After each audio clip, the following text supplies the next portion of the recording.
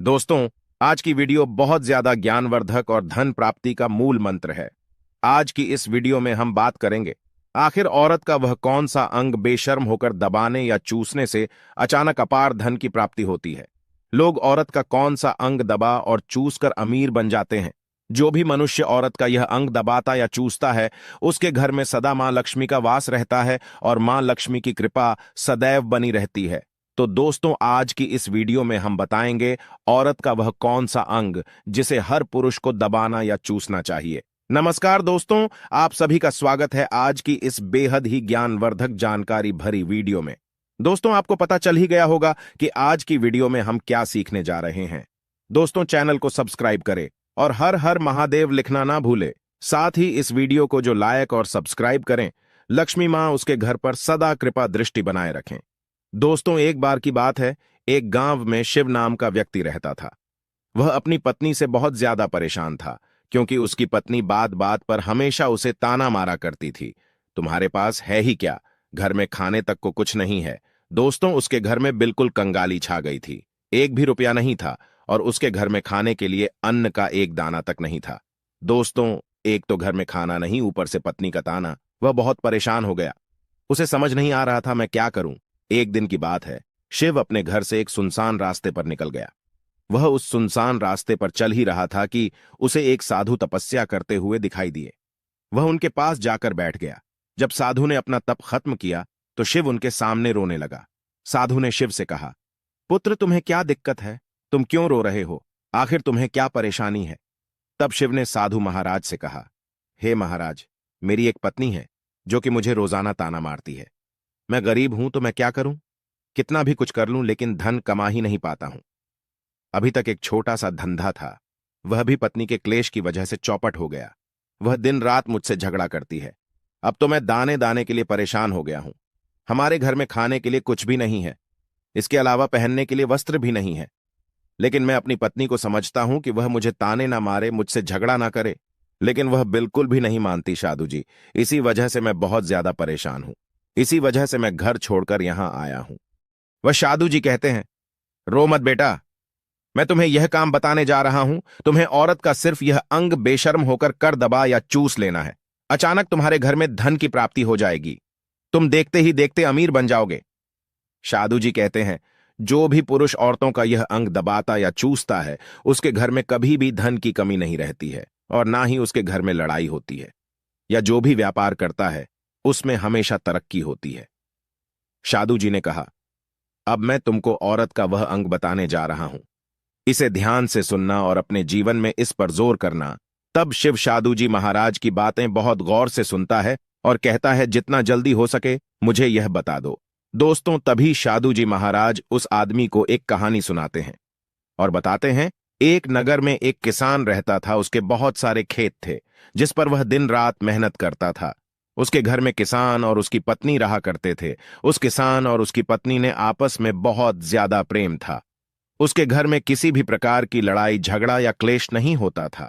इसी वजह से उसके घर में सदैव मां लक्ष्मी का वास रहता था और उसके खेतों में इतनी ज्यादा पैदावार होती थी कि वह दिन प्रतिदिन और अमीर होता जा रहा था।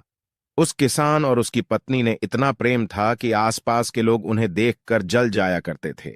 धीरे धीरे उसके पूरे गांव के लोग जान गए, किसान और उसकी पत्नी में बहुत ज्यादा प्रेम है। धीरे धीरे यह बात उस नगर के राजा तक पहुंच गई।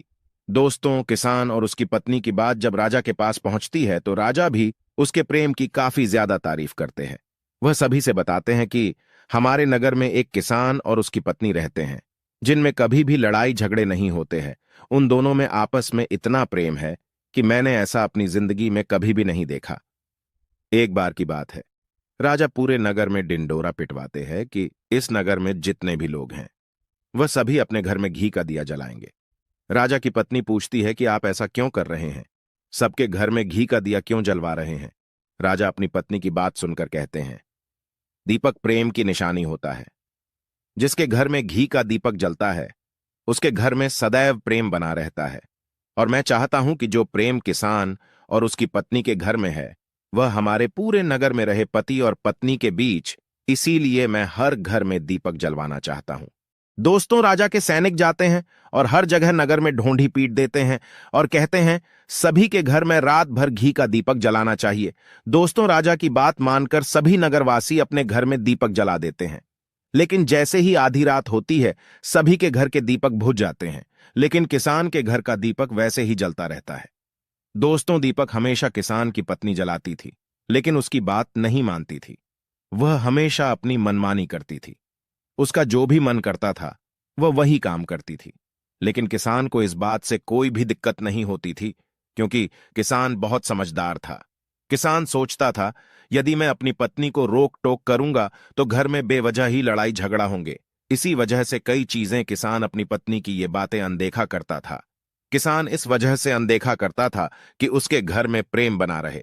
राजा अपने महल में चढ़कर पूरे नगर का नजारा देख रहे थे।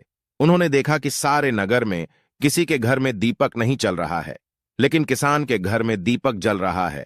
तब राजा अपनी रानी से बोलता है कि देखो, किसान और उसकी पत्नी के घर में दीपक जगमगा रहा है, लेकिन पूरे नगर में कहीं भी दीपक नहीं जल रहा है। इसी से पता लगता है कि किसान और उसकी पत्नी में कितना प्रेम है।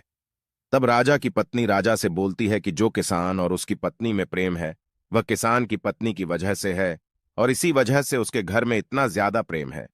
दोस्तों, जब राजा रानी की बात सुनता है तो कहता है, नहीं, तुम्हारा सोचना गलत है। जो प्रेम किसान के घर में है वह उसकी पत्नी की वजह से नहीं है, बल्कि वह किसान की वजह से है। रानी, यहां पर किसान बहुत ज्यादा समझदार है। आपका सोचना गलत है, और यही वजह है जो कि उनके घर में कभी भी लड़ाई झगड़ा नहीं होता है। दोस्तों, राजा कहता है किसान समझदार है, और रानी कहती है किसान की पत्नी समझदार है। दोस्तों, इसी तरह कुछ देर चलता रहा। राजा कह रहे थे किसान समझदार है, रानी कह रही थी किसान की पत्नी समझदार है। इसी बात को लेकर राजा और रानी के बीच काफी झगड़ा हो गया। इसके बाद रानी ने राजा की दाढ़ी उखाड़ ली और राजा ने रानी को उठाकर पटक दिया। इसके बाद राजा कहता है, हम लोगों को झगड़ा करने की जरूरत नहीं है। क्यों ना हम किसान और उसकी पत्नी की परीक्षा ले लें। सारा दूध का दूध और पानी का पानी हो जाएगा। लड़ाई करने के बाद इस बात पर राजा और रानी दोनों सहमत हो गए और दोनों की परीक्षा लेने के लिए तैयार हो जाते हैं। तब राजा अपने महल में जाता है और एक पुरुष सैनिक को बुलाता है और पुरुष सैनिक से बोलता है कि तुम किसान के पास जाओ और जो जो प्रश्न मैं तुमसे बोल रहा हूं वह तुम किसान को बोल देना। वह पुरुष सैनिक बोलता है, ठीक है महाराज। वह पुरुष सैनिक राजा की बात सुनकर किसान के पास जाता है। उस समय किसान की पत्नी खेतों में गई थी, लेकिन किसान की कुछ तबीयत ठीक नहीं थी, इस वजह से वह खेतों पर नहीं गया था। इस समय पुरुष सैनिक किसान के घर पहुंच जाता है और किसान से कहता है, मैं राज दरबार से आया हूं, राजा साहब ने मुझे भेजा है। दोस्तों, किसान कहता है, बताइए मैं आपकी क्या सेवा कर सकता हूं। आप बैठ जाइए, मैं आपके लिए पानी लेकर आता हूं। तब वह सैनिक बोलता है कि नहीं, तुम कुछ भी मत लाओ, मैं राजा का सैनिक हूं, बस आपके पास राजा का समाचार लेकर आया हूं। तब किसान कहता है, ठीक है सैनिक, आप मुझे बताओ, राजा साहब ने मेरे लिए क्या समाचार भेजा है। सैनिक कहता है, किसान, राजा साहब ने यह बोला है कि यदि तुम अपनी पत्नी को छोड़ देते हो तो राजा जी आपको बहुत सारे हीरे जवाहरात और साथ में तुम्हारे जमीन से 2 गुना ज्यादा जमीन राजा जी आपको गिफ्ट में देंगे। इसके अलावा राजमहल का आधा हिस्सा भी आपको दिया जाएगा। लेकिन जो किसान ने जवाब दिया वह सुनने लायक। हे किसान ने कहा, राजा जी अपना पूरा राजमहल मुझे क्यों ना दे दे, लेकिन मैं अपनी पत्नी को नहीं छोड़ूंगा। जाओ और अपने राजा से कह दो किसान ने ऐसा कहा है। सैनिक जाता है और राजा को सारी बातें बताता है। इस समय रानी वहां पर सैनिक की बात सुन रही थी। सुनने के बाद रानी ने कहा, आपने किसान की तो परीक्षा ले ली, लेकिन किसान की पत्नी की परीक्षा नहीं ली है। इस तरह से हम कैसे पता कर सकते हैं कि कौन समझदार है। इसके बाद रानी ने कहा, अब मैं भी किसान की पत्नी की परीक्षा लेना चाहती हूं। जब दोनों की परीक्षा हो जाएगी तभी पता चलेगा कि कौन समझदार है। फिर रानी ने भी एक सैनिक बुलाया और कहा कि मेरी बात किसान की पत्नी को बोलना और याद रखना, यह बात तभी बताना जब किसान वहां पर ना हो। सैनिक ने पूछा कि रानी क्या बात बतानी है, वह तो बताओ। तो रानी ने सैनिक को सारी बात बता दी। सैनिक किसान के घर जाता है और उसके घर में आवाज लगाता है तो उसके घर से किसान की पत्नी निकल कर आती है और कहती है, बताओ क्या हुआ, क्यों ढिंढोरा पीट रहे हो। तो सैनिक ने कहा कि राजमहल से आया हूं, मुझे रानी ने भेजा है। किसान की पत्नी ने कहा, बताओ किस लिए आए हो। तब सैनिक ने कहा, रानी ने बोला है, यदि तुम अपने पति किसान को मार देती हो तो आपको बहुत सारे हीरे जवाहरात रानी आपको देंगी और साथ में राजमहल का आधा हिस्सा भी आपको मिलेगा। इसके अलावा जितनी भी आपकी जमीन है वह तो आपकी रहेगी ही, लेकिन उसकी 2 गुना जमीन भी रानी आपको देगी। ये बात सुनकर किसान की पत्नी तैयार हो जाती है। कहती है, ठीक है, यदि मुझे इतना कुछ रानी साहिबा देंगी तो मुझे मंजूर है, मैं अपने पति को मार दूंगी। तब सैनिक पूछता है कि रानी को कैसे पता चलेगा कि आपने अपने पति को मार दिया है। तभी किसान की पत्नी बोलती है, मेरे घर में जो दीपक जल रहा है, जब मैं किसान को मार दूंगी तो उसे बुझा दूंगी, तभी आपको पता चल जाएगा कि मैंने किसान को मार दिया है। अब सैनिक किसान की पत्नी की बात सुनकर राजमहल जाता है और रानी को सारी बात बताता है। किसान की पत्नी की बात सुनकर रानी बहुत अचंभित हो जाती है। राजा और रानी को स्त्री जात से नफरत होने लगती है। उसी समय राजा अपने नगर के सभी लोगों को बुलाता है और कहता है कि मैं चाहता हूं कि मेरे और मेरी पत्नी की वजह से किसान की जान न जाए। तुम लोग ऐसा करो, उस किसान के घर जाओ और सारी बातें बता दो और उस किसान को बचा लो, वरना किसान की पत्नी उसे मार देगी। इधर सैनिक किसान के घर जाते हैं और सोचते हैं कि किसान की पत्नी किसान को रात में मारेगी और दिया बुझाएगी। इससे पहले ही हम किसान के घर में पहुंच जाते हैं और किसान को बचा लेते हैं। दोस्तों, जैसे ही राजा के सैनिक किसान के घर पहुंचते हैं तो देखते हैं कि किसान तो मरा पड़ा हुआ है। तो सैनिक किसान की पत्नी से बोलते हैं कि तुमको तो किसान को रात में मारने के लिए बोला गया था, लेकिन आपने अभी किसान को क्यों मार दिया? तब वह किसान की पत्नी बोलती है कि किसान को तो मुझे मारना ही था, रात में तो मुझे सिर्फ दिया ही बुझाना था, इसलिए किसान को तो मैंने दिन में ही मार दिया है। सभी सैनिक तुरंत ही किसान के घर से दौड़े दौड़े जाते हैं और राजा रानी को सारी बातें बताते हैं। राजा और रानी क्रोध से आगबबूला हो जाते हैं। इसके बाद राजा और रानी किसान की पत्नी को बंदी बनाकर लाने के लिए अपने सैनिक से कहते हैं। सैनिक जाते हैं, किसान की पत्नी को बंदी बनाकर ले आते हैं। राजा किसान की पत्नी से पूछता है, ऐसा तुमने क्यों किया? तुम लालची औरत हो, तुम्हें पैसों से प्यार है।